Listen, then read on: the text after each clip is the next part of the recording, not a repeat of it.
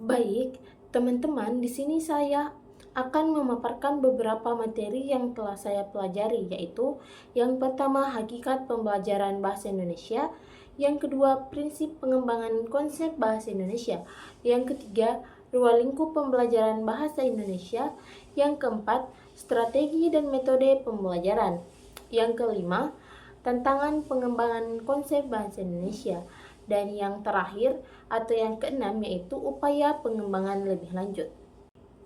Nah, teman-teman, materi yang pertama yang akan kita bahas yaitu hakikat pembelajaran bahasa Indonesia di SD.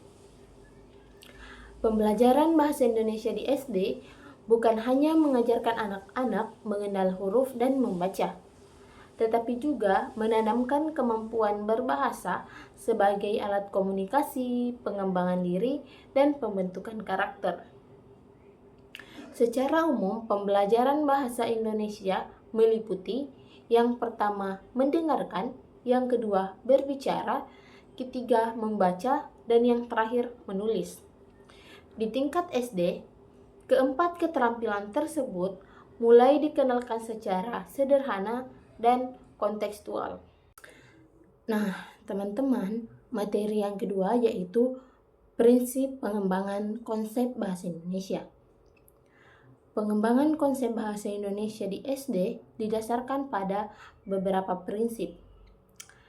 Yang pertama yaitu keterpaduan. Pembelajaran bahasa dipadukan dengan pembelajaran lain atau tematik integratif, sehingga anak tidak mempelajari bahasa secara terpisah, tetapi sebagai bagian dari pengetahuan. Yang kedua, yaitu kebermaknaan. Materi harus berkaitan dengan kehidupan sehari-hari peserta didik, agar bermakna dan mudah dipahami. Yang ketiga, yaitu keaktifan siswa.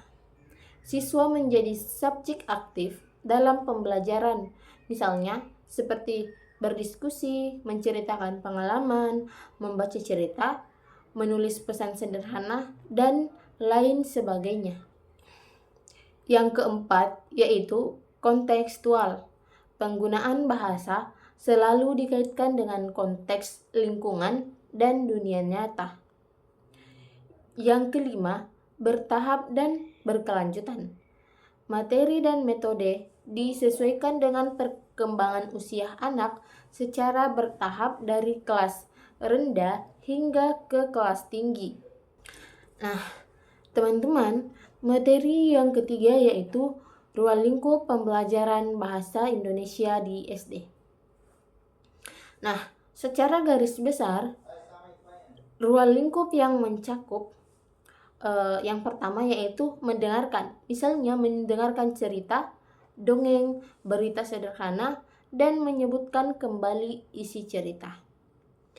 Yang kedua, berbicara, misalnya memperkenalkan diri, menyampaikan pendapat sederhana, dan menceritakan pengalaman pribadi.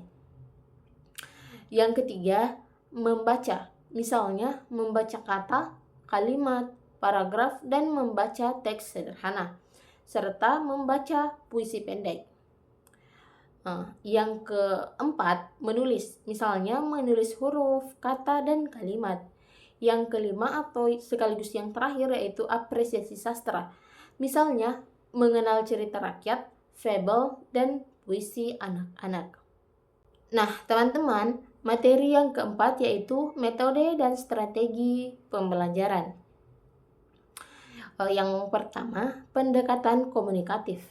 Anak-anak dilatih menggunakan bahasa dalam situasi nyata. Contohnya, bermain peran berbelanja di pasar. Yang kedua, pendekatan cerita atau dongeng. Guru bercerita, siswa menyimak, kemudian menceritakan kembali atau menggambar cerita. Yang ketiga, metode diskusi. Siswa mendiskusikan topik sederhana secara berkelompok. Yang terakhir, metode latihan. Siswa latihan membaca dan menulis kata atau kalimat sederhana. Nah, teman-teman, materi yang kelima yaitu tantangan pengembangan konsep bahasa Indonesia. Beberapa tantangan yang sering muncul yaitu yang pertama, latar belakang bahasa daerah yang kuat sehingga penguasaan bahasa Indonesia masih terbatas. Yang kedua, motivasi belajar yang rendah. Yang ketiga, kurangnya media pembelajaran yang menarik. Yang keempat atau yang terakhir adalah perbedaan kemampuan siswa dalam satu kelas. Teman-teman, materi yang terakhir yaitu upaya pengembangan lebih lanjut. Agar pembelajaran bahasa Indonesia lebih berhasil, perlu dilakukan beberapa hal. Yang pertama yaitu penggunaan media inovatif seperti video, gambar, dan kartu kata. Yang kedua, pembelajaran berbasis proyek seperti membuat buku cerita sederhana. Yang ketiga, pelatihan guru secara berkala.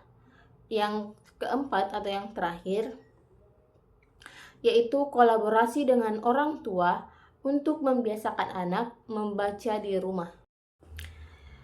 Nah, teman-teman, adapun kesimpulan pada materi yang saya paparkan tadi yaitu pengembangan konsep bahasa Indonesia di SD adalah proses yang menyeluruh, mencakup keterampilan berbahasa secara terpadu, berbasis konteks kehidupan nyata, dan bertujuan membangun kecakapan komunikasi sejak dini.